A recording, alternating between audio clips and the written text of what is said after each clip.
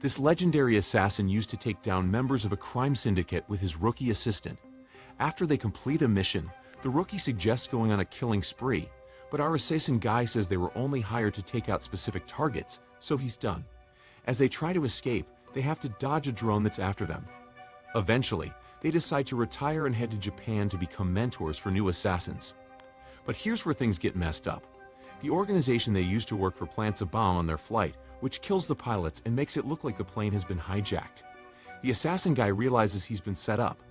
He tries to save himself, but a military fighter jet shoots down the plane, thinking it's still occupied by terrorists. The assassin bites the dust, but instead of the afterlife, he meets a goddess. This goddess offers him two options: be reborn as a completely different person, or accept her request to be reborn with all his memories intact and assassinate a hero. The goddess wants him to choose the second option because she needs him to take out this hero from another world. So the badass assassin guy agrees to off the hero because he wants to experience some happiness that he missed out on in his previous life.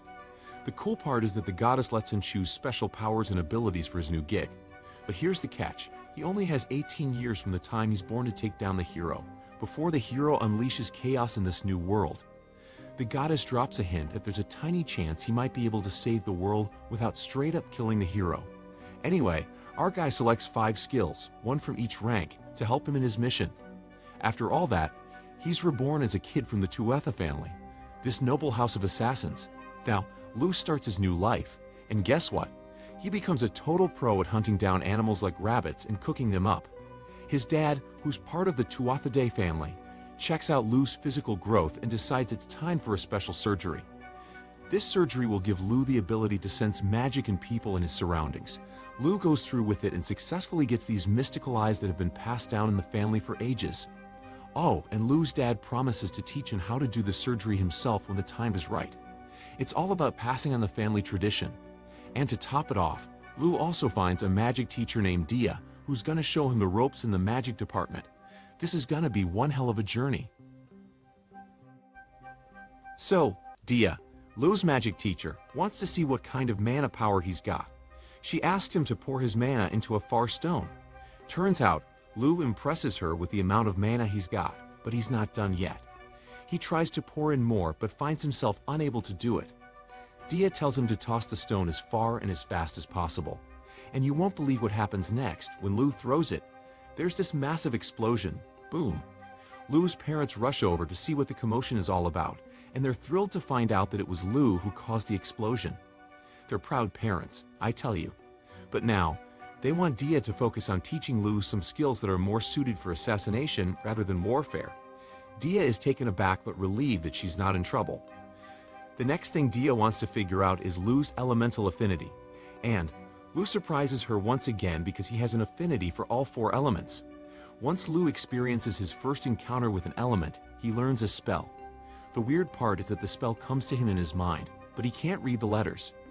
Dia shows him the spell, and Lou copies her, creating a lower quality copper stone. Then Lou asks Dia to write down all the spells she knows so he can try to decipher those strange characters. It turns out those characters have something to do with the atomic qualities of the stones. Lou suggests making an adjustment to create gold, but when Dia tries, she gets a headache and no gold. But Lou gives it a shot and voila! He successfully makes gold. He then rewrites the spell, and this time, Dia manages to do it too. It seems Lou's spellweaver skill is pretty rare, which is why nobody else has figured out this trick. Dia's time as his tutor comes to an end, but Lou still has more to learn. As winter approaches, the region of Tuatha thrives under the watchful eye of Cheyenne, and Lou deserves credit too for his incredibly popular stew. But that's not all, he's also caught the attention of the local girls. However, Lou has a specific goal in mind. He's on the hunt for an apprentice, someone he can train as his assistant, but finding the right person proves to be quite a challenge. His main requirement is that they must be able to use mana. One chilly morning, Lou goes out hunting and comes across a pack of wolves. His plan is to snatch their prey right from under their noses, but he never expected that the prey would turn out to be a sickly human girl. She's freezing and starving, abandoned by her family because they couldn't feed everyone with winter approaching. Lou rescues the girl and gives her a warm meal. He asks her about her situation, and when she reveals that she had a dream where a god told her to come to Tuatha, Lu realizes that she's the one he's been searching for. Not only can she produce mana, but she's also desperate and hungry. She believes that the gods have given her a purpose, which is to serve Lu. 2 more years pass, and the girl, now known as Tarte, has transformed from the vulnerable girl Lu rescued. She's been training relentlessly, learning the ways of an assassin and how to act like a personal assistant to a lord. However, Tarte is struggling to handle a knife. That's when Lu decides to play to her strengths and crafts a concealed spear that can fold away. Together, Lu and Tarte are shaping up to be an unstoppable duo, ready to take on whatever challenges lie ahead. Lu's popularity in the Tuatha region continues to grow. He takes the time to assist the citizens and improve their lives, and it doesn't go unnoticed. Tarte asks him why he goes to such lengths. Doesn't he already do enough by fighting off bandits and monsters? Lu explains that winning the hearts of the people requires more than just physical strength. Tarte then wonders if he treats her well for the same reason. Lu confirms it but adds that he needs her and will do whatever it takes to keep her happy. Touched by his words, Tarte pledges to be by his side forever. After safely storing his latest collection of fully charged Farstones in his room, Lu is summoned to meet with his father. Cheyenne wants to discuss Tarte with him and expresses their concerns. However, they've both come to accept her as part of their family, and they're relieved that they won't have to harm her. But that's not the main purpose of the meeting. It's time for Lu's final training and test, where he'll have to face off against his father. The battle between them is an assassin's fight, where the element of surprise is crucial. Whoever finds the other first gains the advantage. Cheyenne launches the first attack and manages to break Lu's leg. However, Lu evades further assaults and heals himself using magic. The battle rages on in the forest, with Cheyenne setting traps and using deception to try and outwit Lu. But Lu turns the tables and waits for the perfect moment to strike. Emerging victorious from the fight, Lu is now ready for his final test. 12 years ago, Cheyenne arranged for a notable merchant to create a false birth record, claiming that he had a son with a prostitute. Of course, that never happened, but it provides the perfect cover story for Lu. He now has 2 years to learn the ways of a merchant before he's fully prepared to take on missions. Lu and Tarte arrived in Milieu, ready to embark on their training and create the perfect aliases for their upcoming missions. They had 2 years to immerse themselves in knowledge before returning home. This task was not new to Lu, as he had been preparing for his role his entire life. Meanwhile, a group of orphan girls had built a thriving business showing tourists around Milieu. Led by Maha, the daughter of a merchant, they had big dreams for their future. However, their aspirations were abruptly shattered when they were kidnapped and forced into an orphanage that resembled more of a labor camp than a place of care. But that was not the worst of it. As the girls grew older, the orphanage owner subjected them to even more heinous forms of exploitation.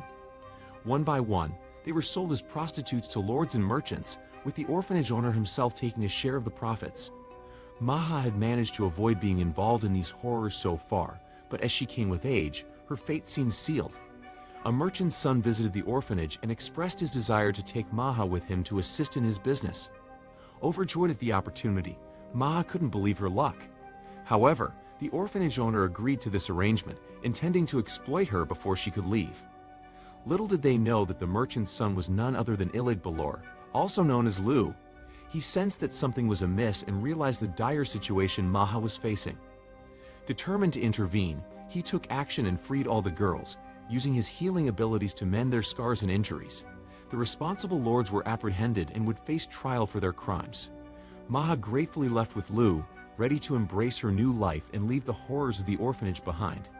Together, Lu and Maha would forge a path of justice and empowerment, vowing to protect the innocent and bring down those who exploited the vulnerable. Iligbalor, known by his new alias, continued to excel in his role as the merchant's illegitimate son.